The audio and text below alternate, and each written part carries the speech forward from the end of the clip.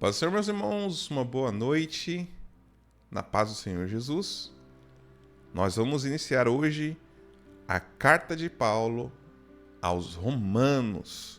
Vamos ler essa carta maravilhosa e aprender o que Jesus tem para nos ensinar através da carta de Paulo aos Romanos.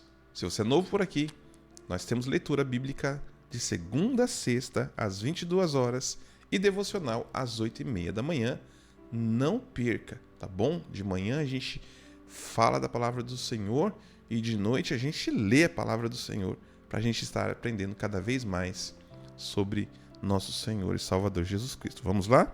Romanos, capítulo 1, diz assim: Paulo, servo de Jesus Cristo, chamado para ser apóstolo, separado para o Evangelho de Deus, o qual ele prometeu previamente por meio dos seus profetas nas Escrituras Sagradas, acerca de seu filho, que segundo a natureza humana era descendente de Davi e que mediante o Espírito de santidade foi declarado com poder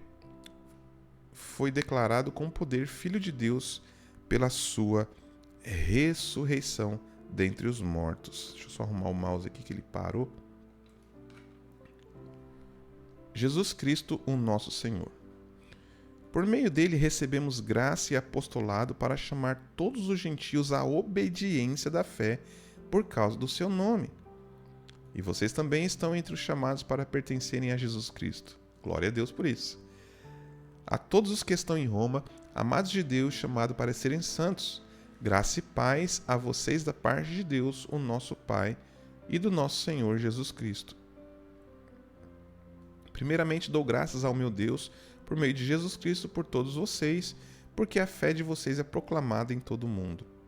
Deus, a quem sirvo de todo o coração pregando o evangelho do seu Filho, é minha testemunha de como constantemente me lembro de vocês nas minhas orações.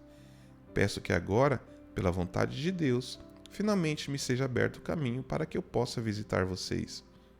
Anseio vê-los, a fim de compartilhar algum dom espiritual para fortalecê-los, isto é, para que vocês e eu sejamos mutuamente encorajados na fé, pela fé.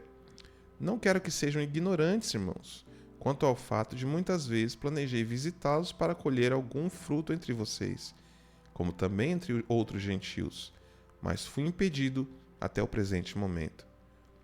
Sou devedor tanto a gregos como a bárbaros, tanto a sábios como a ignorantes. Por isso, estou disposto a pregar o evangelho também a vocês que estão em Roma. Não me envergonhe do evangelho, porque é o poder de Deus para a salvação de todo aquele que crê. Primeiro do judeu e depois do grego. Porque no evangelho é revelada a justiça de Deus. Uma justiça do princípio ao fim é pela fé. Como está escrito, o justo viverá pela fé. Portanto, a ira de Deus é revelada dos céus contra toda impiedade e injustiça dos homens que suprimem a verdade pela injustiça. Pois o que de Deus se pode conhecer é revelado entre eles, porque Deus lhe revelou.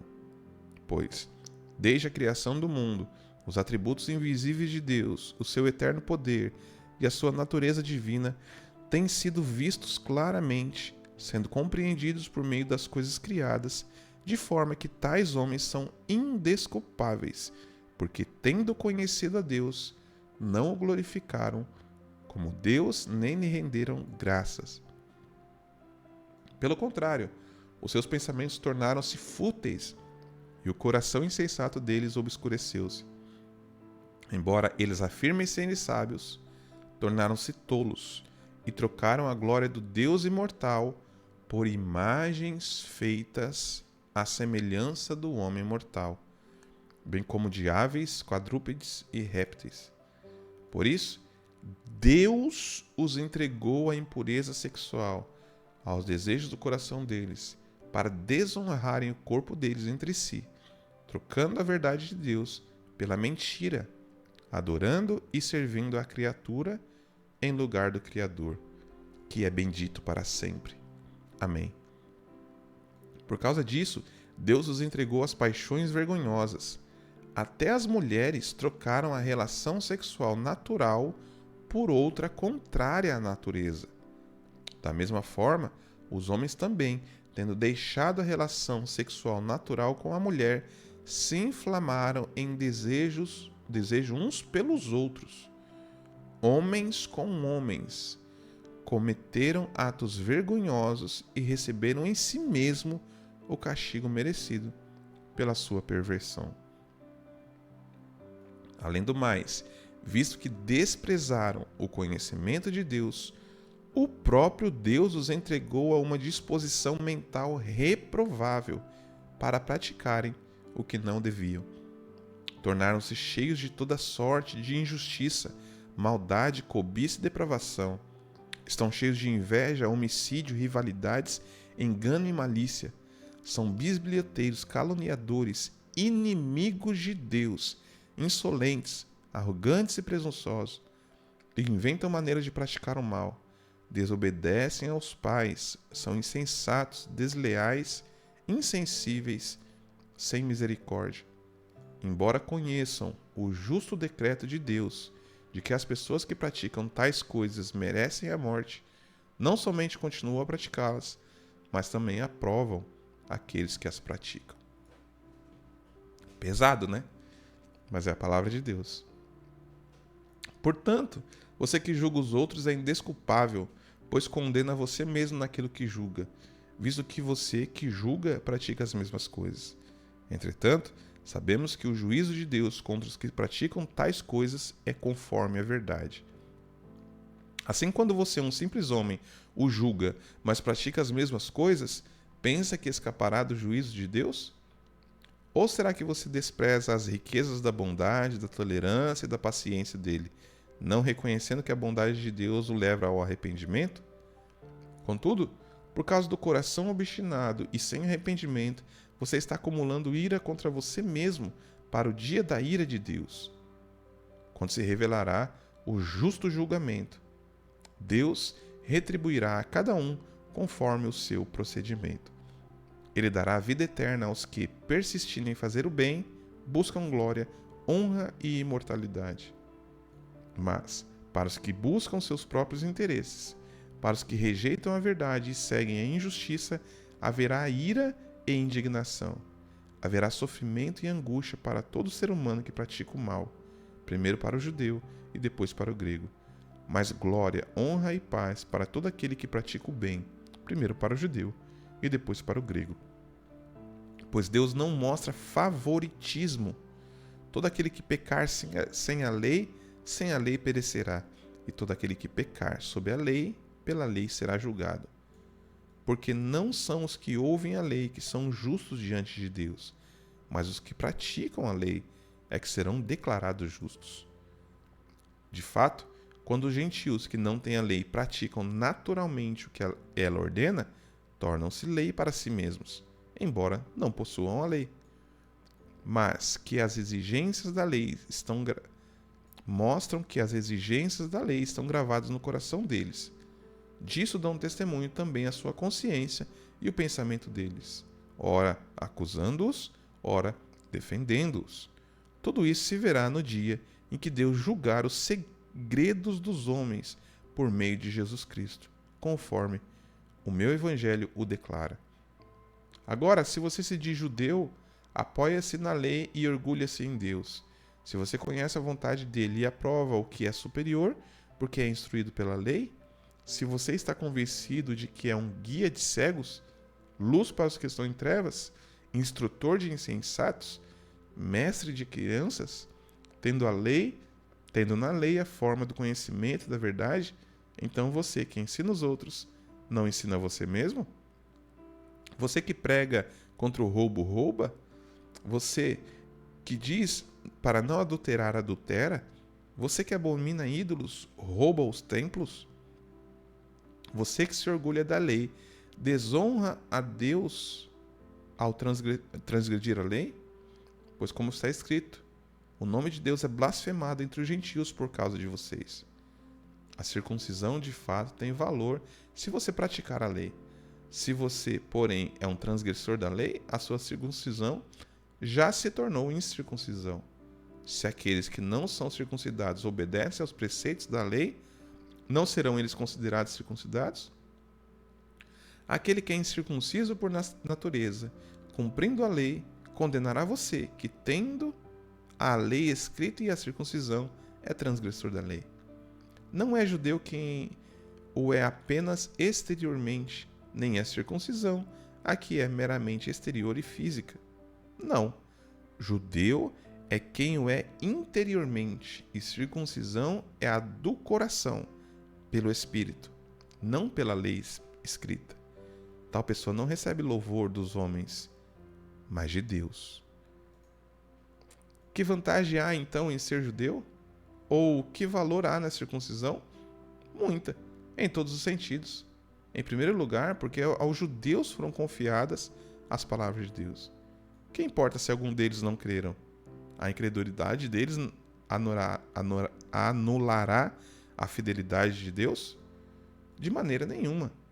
Seja Deus verdadeiro e todo homem mentiroso, como está escrito, para que seja justificado nas tuas palavras e prevaleças quando fores julgado. Mas, se a nossa injustiça revela a justiça de Deus, que diremos? Que Deus é injusto por aplicar a sua ira?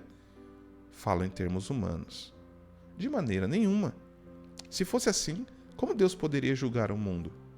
Contudo, se por meio da minha mentira a verdade de Deus se mostrou supramente grande para a sua glória, por que então sou condenado como pecador? Por que não dizer como alguns caluniosamente afirmam que dizemos, faça o mal para que nos venha o bem? A condenação deles é justa. Que diremos então? Temos alguma vantagem? De maneira nenhuma. Já demonstramos que ambos, judeus e gregos, estão debaixo do pecado, como está escrito. Não há nenhum justo, nenhum sequer. Não há ninguém que entenda, ninguém que busque a Deus. Todos se desviaram, tornaram-se juntamente inúteis. Não há ninguém que faça o bem, não há nenhum sequer. A garganta deles é um túmulo aberto, com a língua enganam. Veneno de víbora está nos seus lábios. A boca deles está cheia de maldição e amargura. Os pés deles são ágeis para derramar sangue. Ruína e miséria marcam seus caminhos, e não conhecem o caminho da paz. Não há temor a Deus diante dos seus olhos. Sabemos, pois, que tudo quanto a lei diz, ela o diz àqueles que estão debaixo da lei, para que toda boca se cale e o mundo todo esteja sob o juízo de Deus.